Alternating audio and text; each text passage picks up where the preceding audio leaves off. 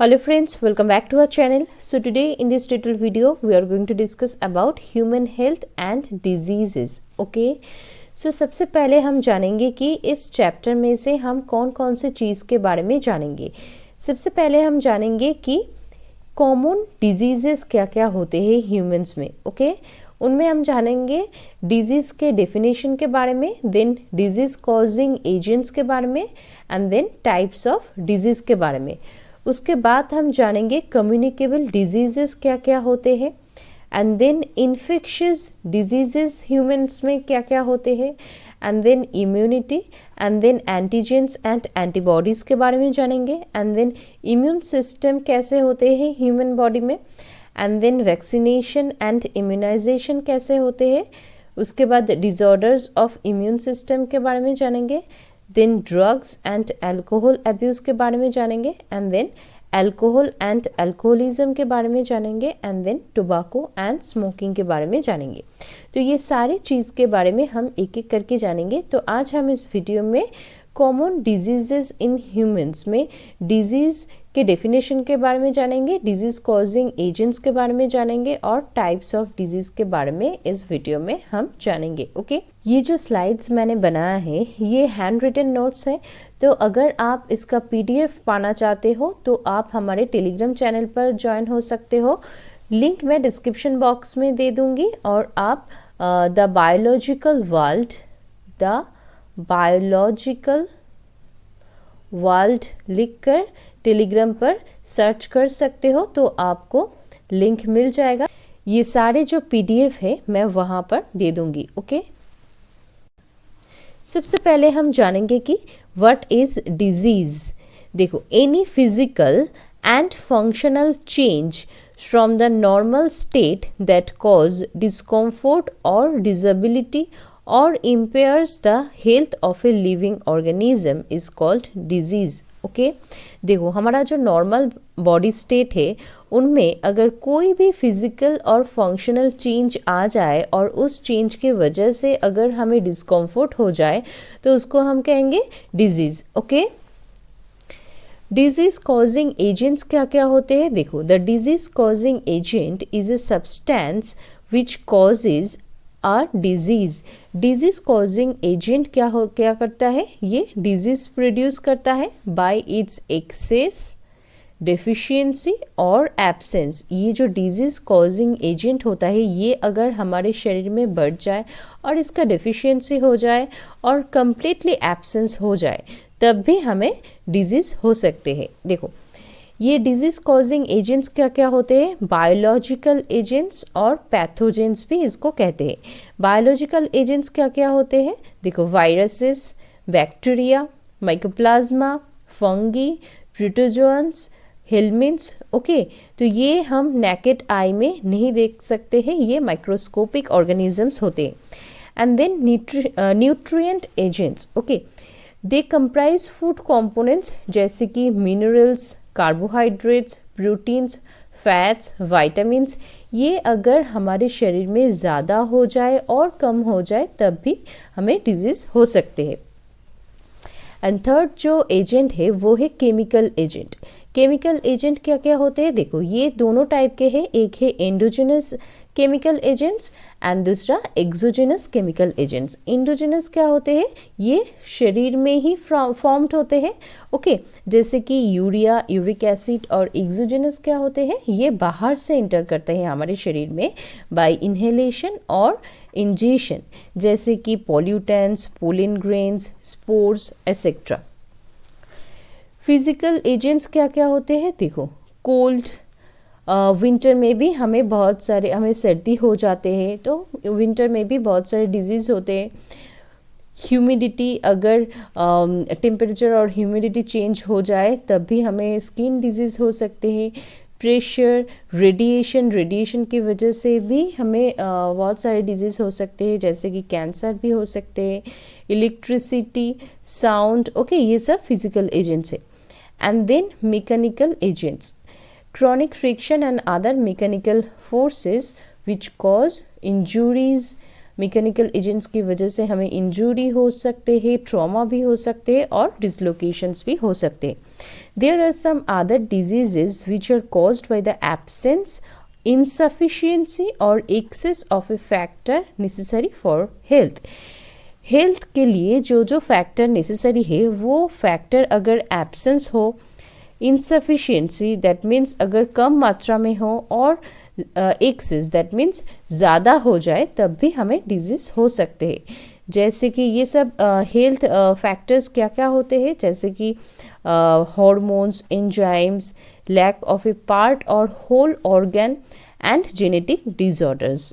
Okay, अब हम जानेंगे क्लासिफिकेशन और टाइप्स ऑफ डिजीजेस. डिजीजेस कौन कौन से टाइप के होते हैं. देखो, डिजीजेस मेनली दो टाइप्स के होते हैं. एक है कॉन्जेनिटल डिजीजेस और दूसरा acquired diseases. Okay, acquired diseases again divided into two types, that is communicable diseases and non-communicable diseases. Okay, communicable diseases again divided into two types, that is chronic communicable diseases and acute communicable diseases. And non communicable disease भी बहुत सारे होते हैं, जैसे कि nutritional deficiencies के वजह से कुछ डिजीज़ होते हैं, डीजेनरेटिव डिजीज़ होते हैं, एलर्जी के वजह से कुछ डिजीज़ होते हैं, ऑक्यूपेशनल एंड इंडस्ट्रियल डिजीज़ होते हैं, मेंटल डिसऑर्डर्स भी होते हैं एंड एडिक्टिव डिजीज़ भी होते हैं. ओके, एंड कैंसर भी होते हैं, नॉन कम्युनिकेबल डिजीज़. कैंसर भी नॉन कम्युनिकेबल डिजीज़ होते हैं. ओके, तो ये सारे डिजीज़ के बारे में हम एक एक करके अभी जानेंगे. सबसे पहले जानेंगे कि व्हाट इज कॉन्जेनिटल डिजीजेस. देखो, congenital diseases are caused by genetic disorders. Genetic disorders की वजह से कॉन्जेनिटल डिजीजेस होते हैं. That is the abnormal genes. Genes अगर एबनॉर्मल हो और एबनॉर्मल नंबर ऑफ क्रोमोसोम और स्ट्रक्चर ऑफ क्रोमोसोम हो तो भी ये जेनेटिकल डिफेक्ट होते हैं. ओके, ये हेरिटेबल होते हैं. These are present right from the birth and are expressed in the form of errors in metabolism. जैसे कि देखो, जेनेटिक डिसऑर्डर्स क्या क्या होते हैं, उनमें एक है फिनाइल कीटोनूरिया.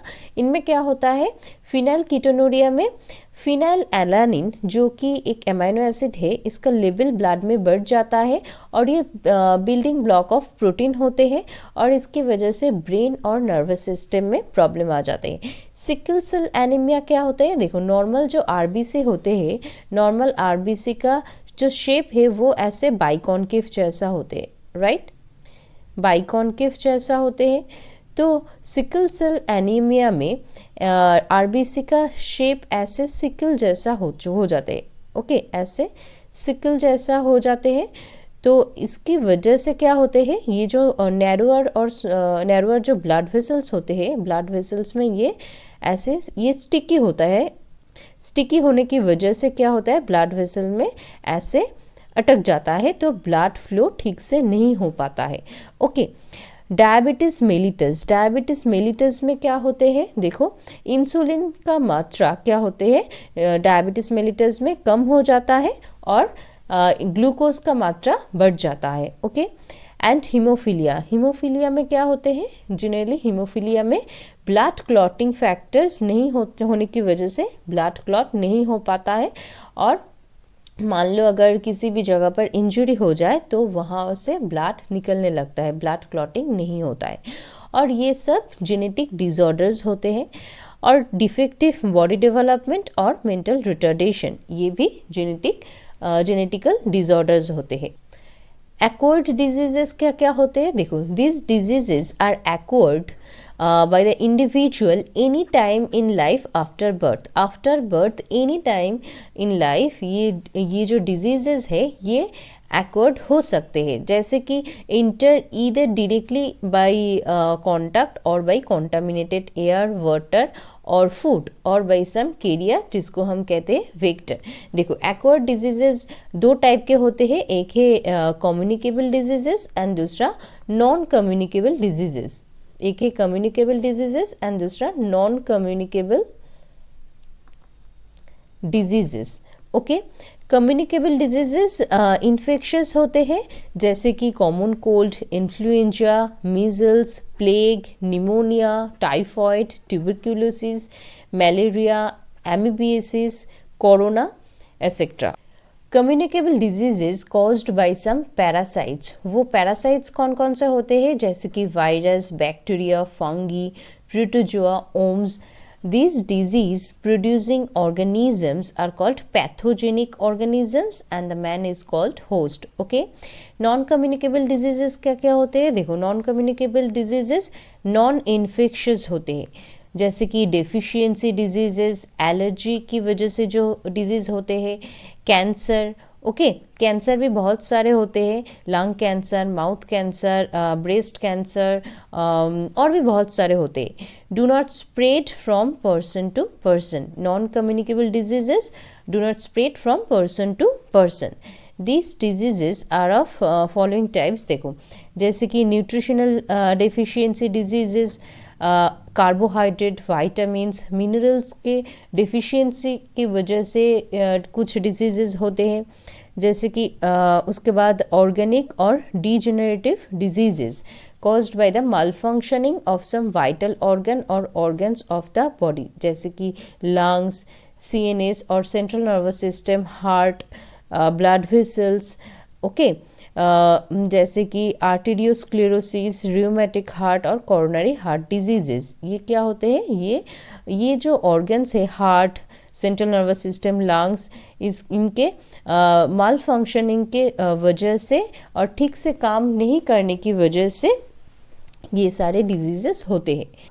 उसके बाद एलर्जीज एंड इन्फ्लेमेशंस, देखो allergies caused by the hypersensitivity of the body of to some foreign substances, जैसे कि पोलिन ग्रेन्स, डस्ट, कुछ लोगों को डस्ट से एलर्जी हो जाते हैं, फूड से एलर्जी हो सकते हैं। ओके, क्लॉथ से भी एलर्जी हो सकते हैं, जैसे कि सिल्क, नायलॉन, सर्टेन ड्रग्स से भी एलर्जी हो सकते हैं।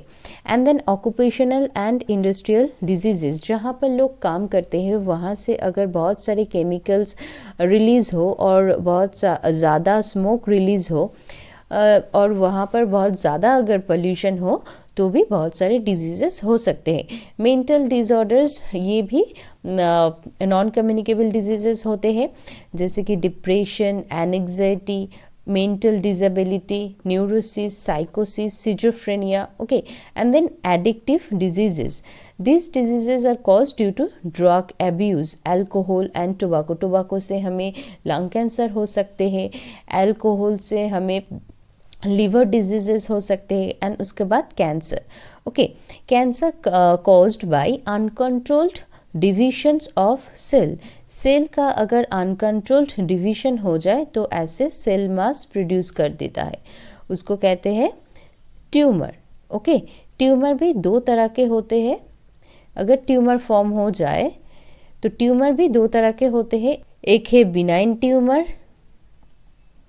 और दूसरा malignant tumour. Okay, malignant tumour, तो अगर मैलिग्नेंट ट्यूमर हो तो उसको कैंसर कहते हैं। ओके, कैंसर भी बहुत टाइप के होते हैं, जैसे कि lung cancer due to smoking of tobacco, mouth cancer due to chewing of tobacco, skin cancer due to exposure to UV rays. तो आज के लिए यही तक, मिलते हैं नेक्स्ट वीडियो में।